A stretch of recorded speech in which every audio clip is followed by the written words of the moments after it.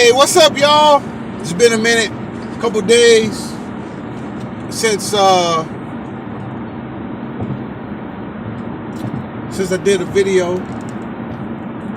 Oh yeah, Pizza Hut, you need to pay me.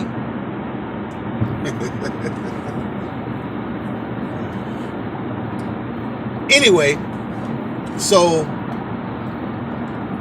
it's interesting, and what I've been hearing from a lot of people is that they're so disgusted with. First of all, they're concerned for me, which always cracks me up. Come on, traffic people. They're so concerned for me. Like, man, you're going to bust a vein or artery, over this election. Nah, I ain't. You see, what it's funny that the things that you've been talking about all along don't really come, people don't realize it until they start paying attention to it. Like, I've been paying attention to politics for a long time. The difference is I haven't been able to have conversations with certain people because they hadn't been paying attention to it. I used to when I was a kid, I wanted to be a politician. Why? Because I felt as though I could make a change. I could make a difference. And then I worked for a politician in my early 20s. And then I realized, even though it was on a county level or local level, I realized that wasn't necessarily the greatest uh, time investment for me. What I realized was I needed to make a lot of money so that I could have influence over politicians. Now that may sound really bad, but whoever has the influence over politicians, putting the money in helping these politicians win and win re-election, or putting candidates in that, or backing candidates that are morally and ethically sound, that's huge. And has the best interest of the people. And that's what I'm all about. My morals and ethics are pretty much on point. I don't know too many things that would sway me to do something on the negative side. I mean, and I'll be honest, I remember, thinking, man, would I would would I exchange prison time for like 3 to 5 years in prison for like $50 million? And that was a hypothetical, and that's a good question. Would you? If somebody said they will give you $50 million if you would go to prison for 3 to 5 years, because I'm thinking, okay, you're gonna probably go to federal prison, which I know is prison, but it's still, it may be a little bit, better than some state penitentiary, whatever, for, like, say, committing murder and being in some maximum security. But I realized that I didn't want to do that either. So my thought process is, I talk about politics because it's important.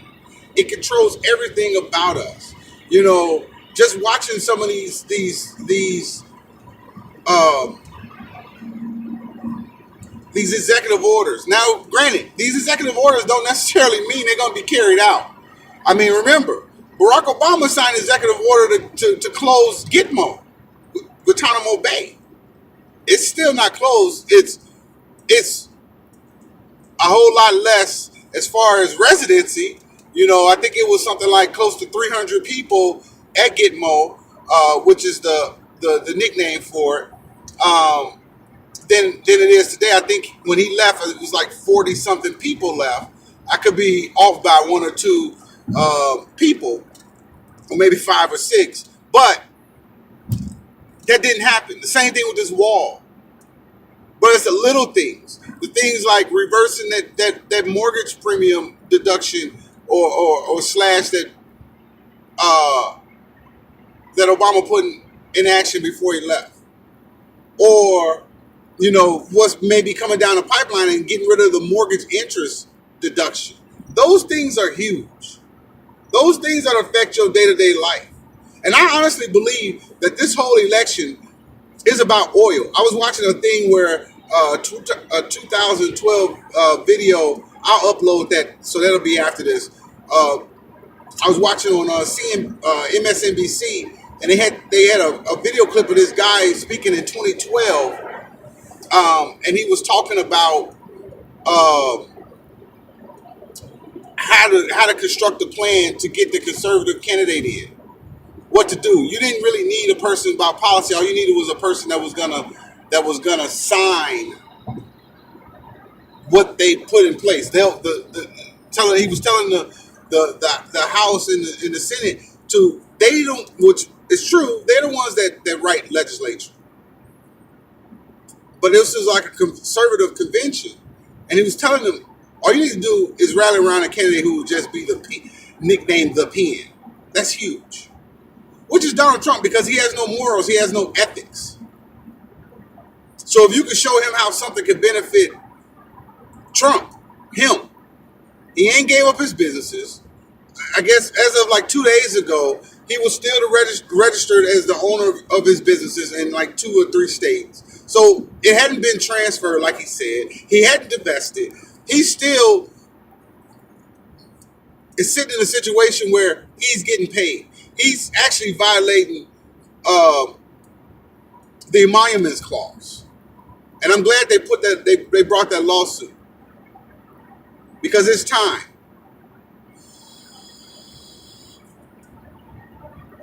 People need to understand this is not no joke. This affects your everyday life. So people who say, "Oh, I'm just gonna go get money and get this," no, you ain't.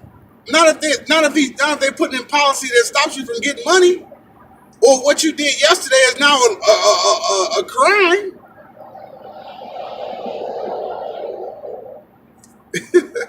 Like, how is they getting money? So now you're going to end up in prison. You're going to be getting money, all right? $1 or $2 an hour. Slavery by a different name. You're going to be out there crushing rocks, making license plates and all types of, making Trump ties. He's gonna be like, "Oh yeah, I'm gonna bring my stuff back from Mexico, Canada, Indonesia, wherever this stuff is being made, and for pennies on a dollar with slave labor." Yeah, you're gonna be getting that money. See, y'all gotta pay attention. And you know what? And not only that, but I can talk sports. I can talk a little bit of religion. I can talk business. I'm passionate about the things that I study. I read, I study, and I study people, and I study from multiple sources. I don't just listen to everything that the Democrats have to say. I'm not really a Democrat, honestly. But if you got a choice of voting between one or the other, I will vote Democrat versus Republican for the most part. I mean, I voted Republican for my mayor in my city, only because he was incumbent, right? And there was a Democratic person running against him, and I voted because I've seen increase, I've seen movement in my city, and I'm happy with what I've seen. So it wasn't about the Republican or the Democrat; it was about the person. So obviously, I'm thinking his administration is doing some good things. So why would I put somebody else in there to bring a whole total new agenda if he's not going to carry on the same things and see growth in the city that I live in? I mean, that just makes sense, right? I don't know. If you gotta keep progressing agendas. I think that the Donald Trump agenda is putting us back. So I like to call it, purple. What do blue and red equal? Blue and red make purple. So I call it the Purple Party. And one of the things that I'm looking at doing is is creating a political action committee, a PAC, as something that and raising funds and so that we can support the candidate that fits our agenda, especially as black people and as black business owners. I think that that's very, very, very, very, very important, and that's something that we need to really start investing our time in, because we're getting left behind, like the rapture. We're getting left behind because we're not paying attention, and they know it. And as long as they know it, they can put policy together. This dude don't give a crap. He's been talking about he's gonna send in the feds to Chicago. He don't give a crap about Chicago. He give a crap about that hotel, that crappy hotel that's in Chicago, that people been protesting out in front of damn near every single day. I'm gonna upload some videos on that too. That's what he cares about. Because Chicago is not even the highest, murders and gun violence per capita. So why isn't he talking about those other cities? You're talking about bringing in the feds. Why don't you bring in some dollars, and why don't you help out some of these young kids and give them opportunities? But nah, that's too much like right. Because let me tell you something, crime pays. It just depends on which side of the crime that you're on. That's the difference. You get rid of crime, they don't really want to do that. And that's what you need to push your people on. I mean, I get it. Now, you talking about people losing jobs. I would love to see police lose jobs and judges lose jobs and probation officers lose jobs and correction officers and parole officers and district attorneys and all that. I would love to see them lose jobs, because if they're losing jobs, that means that crime, they're no longer needed, and because crime is going down. But yeah, we got to think, people. But if you guys with me, I'll post the I'm gonna get started. You can buy a Support Black Business shirt. That the profits help start these new adventures, and then we'll talk more about starting this political action committee. And if you know how to do it, because I'm studying up on how to do it now, but I would love to pick somebody's brain who's doing it, or partner with some other people who have done it or who have the same thought process, and so that way we can limit our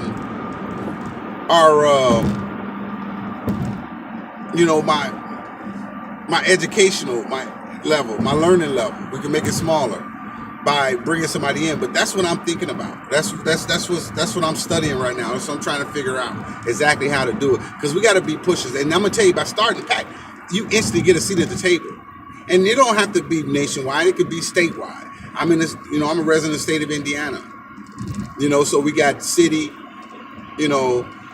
county, and state. I'm in the state with Mike Pence. I would love to fund a candidate. Obviously he's not the governor anymore, but I would love to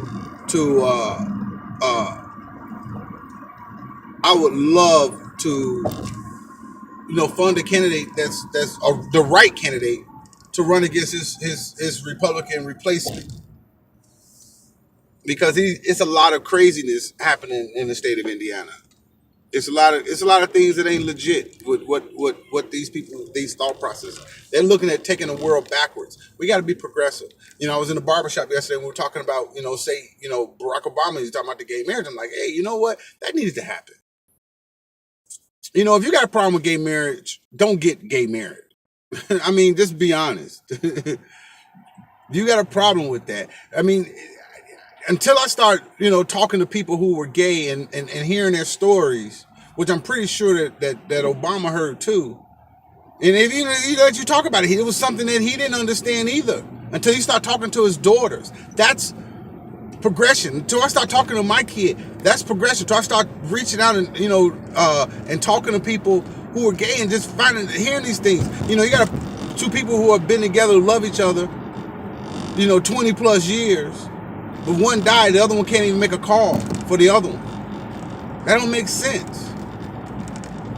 That don't make sense. Well, you got people who a girlfriend or boyfriend who've been together for 10 plus years, and depending on the state, and they have rights. You gotta think about those things. You need to do that. Healthcare, you need to do that. People are more apt to go to the doctor when they have insurance. Unless you want people dying. The other day, the dude from Q, from the CEO and the founder of WorldStar, just died. He had a heart attack. Congestive heart failure, I think is what it said, or something like that. I don't know the exacts. But what if he'd have been going to the doctor?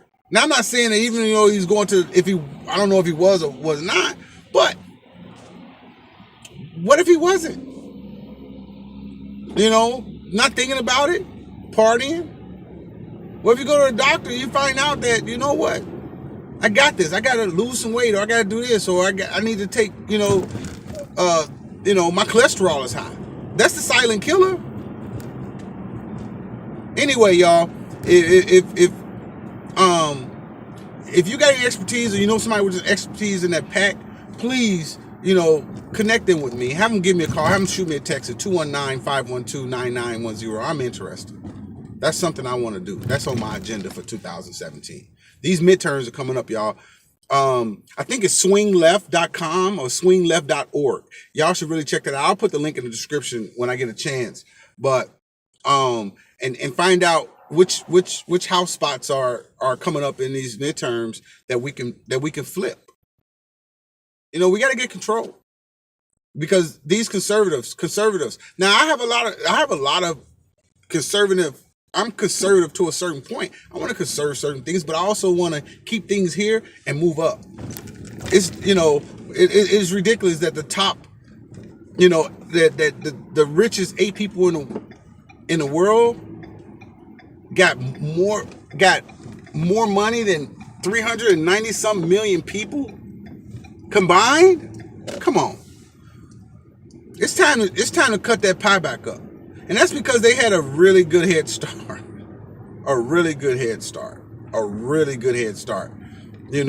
They use, slave wages from family and generational wealth. It's just ridiculous. And I hear people talking about, I started this business and I got, how'd you get your first round of funding? Well, I got it from family and friends. I got $250,000. It ain't a lot of black families that can say, I got like they can get $250,000 from their families. We got to think about those things. That shouldn't be the case. There's ideas popping up, and we need to be able to fund that. We need to be able to help our people out. So, and for you white people that's watching this, being all about black business does not mean that I'm not about other business. It just means that's my focus. My focus is on improving us. If I can improve us and we can lower the crime rate, because we know that that there's a direct correlation between low income and higher crime, period. There's nothing in this world that can debunk that. Anyway, Black Folk Hotspots, you know me. I'm the CEO of that.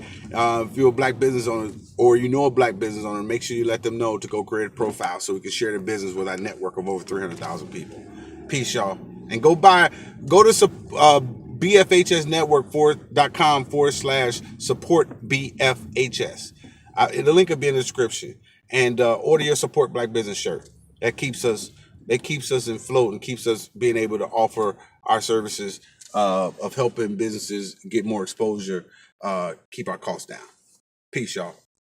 Thanks for watching. Check out the other videos too. The white people still mad. They still curse me out. I'm still staying with John Lewis. Peace.